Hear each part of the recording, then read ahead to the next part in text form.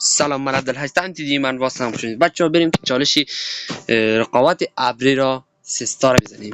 بریم حمله. خب بریم که چجوری توی میتونید توی سه جای کینگمون رو پرتیم که ما سمت بالا میاندازیم. اولین کارمون اینه که باید شلوغ انداز رو کینگمون بزنه. خب بریم که شلوغ انداز رو بزنه. خب همینطور میبینیم که شلوغ انداز را زد، بعدش سوپر والکیری رو باز کنه و بعدش بره هیلرا رو باز بکنه و بعد بیاد ویزار تاوی رو بزنه. همینطور باز بیاد اسپیل ریج رو برای ما باز بکنه و همینطور آیس کالم رو هم باز بکنه. خب همینطور آیس کالم رو باز کرد. الان رویال چمپیون رو باید بزنه اینجا و کینگ کوین رو هم بزنه، بره سراغ اینفرنو تاور که اون رو بزنه چون کینگمون رو نکشه. خب اینفرنو تاور رو که زد میریم سری تان هال.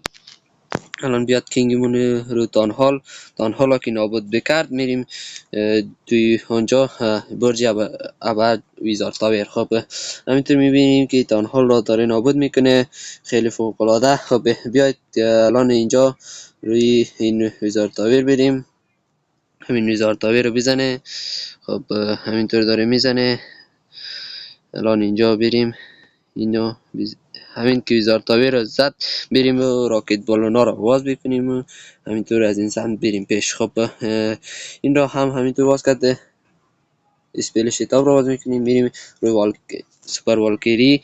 همینطور که پیش رفته واردن رو میزنیم تو این وسط که واردن بمیرد. خب وقتی که واردن مرد میریم که اسپیل ریج رو باز کنیم و برج ویزار تاور رو بزنیم. خب برج ویزار تاور هم که زدیم.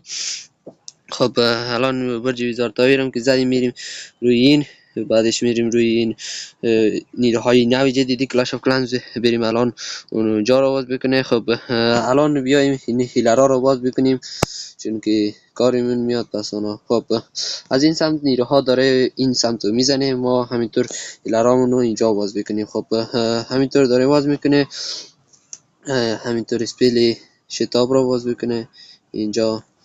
خب همینطور دیدیم اینجا هم باز میکنه سایره و نیروهای نو است. بریم که این نیروهای نو رو باز بکنه. خب از این سمت هم ابیلیتی کینگ رو میزنیم که اونجا یک دمیجی وارد بکنه. خب بریم که اینجا رو هم بزنه. جای آخر، نقطه آخر باید اینا بزنیم چون که این شاهزاده مینیون از پشت کینگمون میاد و به زودترین فرصت کینگمون رو میکشه. خب چالش هم تمام شد. برای بیشتر لایک سابسکرایب یادتون نره. خب چالش هم تمام شد و همین راحتی دیدیم که چالش هم سه شد.